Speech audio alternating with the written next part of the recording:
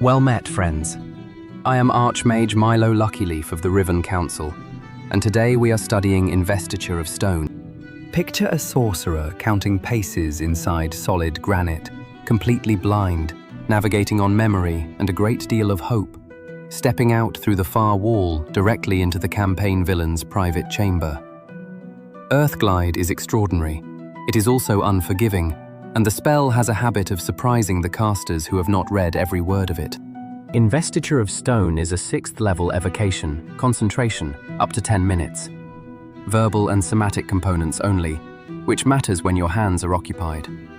While the spell runs, you gain 3 things: resistance to bludgeoning, piercing, and slashing damage from non-magical attacks, the ability to spend your action to trigger a small earthquake in a 15-foot radius centered on yourself, and the ability to move through solid earth or stone as if it were open air.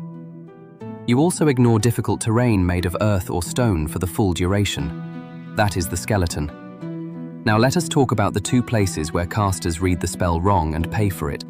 The resistance clause is the first one. Every caster who picks up this spell reads the word resistance and thinks, "I am now a stone wall that walks."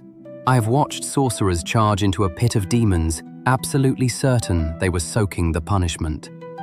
They were not. The spell says non-magical attacks only, and at the tier of play where a 6th level slot is available, a meaningful portion of what wants to kill you carries a magical blade or has natural attacks that count as magical. Demons, devils, high challenge undead, they bypass this resistance entirely. The clause is there on the parchment. It is easy to miss when you are excited about phasing through walls. The second misconception costs players differently. The earthquake action deals no damage. None. The spell description gives you a dexterity saving throw and the prone condition, and that is the whole list. I have known wizards who spent 3 consecutive turns expecting a damage roll that was never coming, growing increasingly confused about why the floor kept shaking to no visible effect. The earthquake is a control ability. It lays enemies flat. What you do with flat enemies is the interesting question, and we will come to that. Before we do, the one rule you must carry with you whenever you use Earthglide: you cannot end your movement inside stone. If you do, the spell ends immediately. You are ejected to the nearest unoccupied space, and you are stunned until the end of your next turn.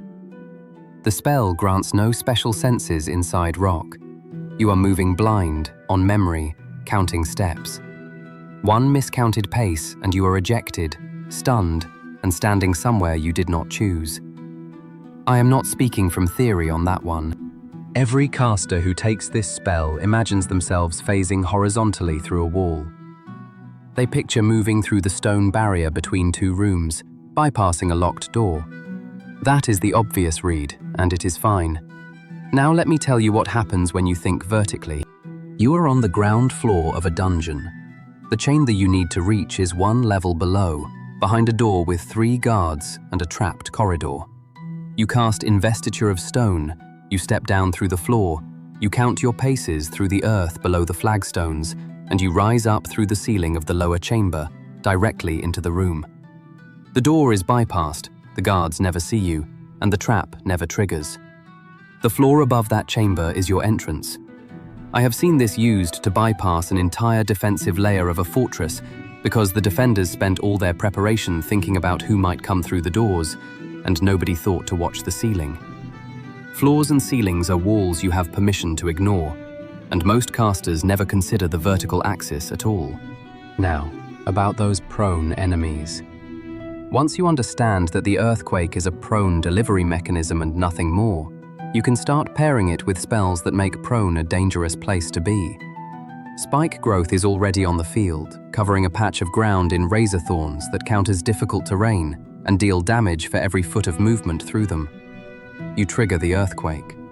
Creatures in your radius must make a dexterity save or fall prone. A prone creature must spend half its movement standing up before it can do anything else. And if it is standing inside spike growth, that movement costs it.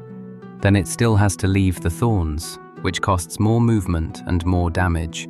A creature with 30 feet of movement that fails the save spends 15 feet standing, then crawls through thorns on whatever is left, taking damage the whole way.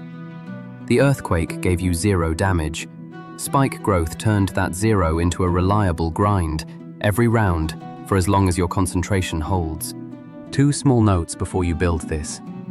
Spike growth requires its own concentration, which means you cannot hold both spells yourself. You need an ally, a druid or a ranger, who has already laid the thorns before you arrive. The combination also rewards positioning. You want to be standing inside the spike growth zone when you trigger the earthquake, so the prone creatures cannot simply step away from the thorns to a clean patch of floor. Plant yourself in the middle of the field, shake the ground, and let the thorns do the accounting. That is the earthquake earning its keep. If you want the full picture on Investiture of Stone, including the 2 situations where you should leave this spell in your pocket entirely, visit therivencouncil.com.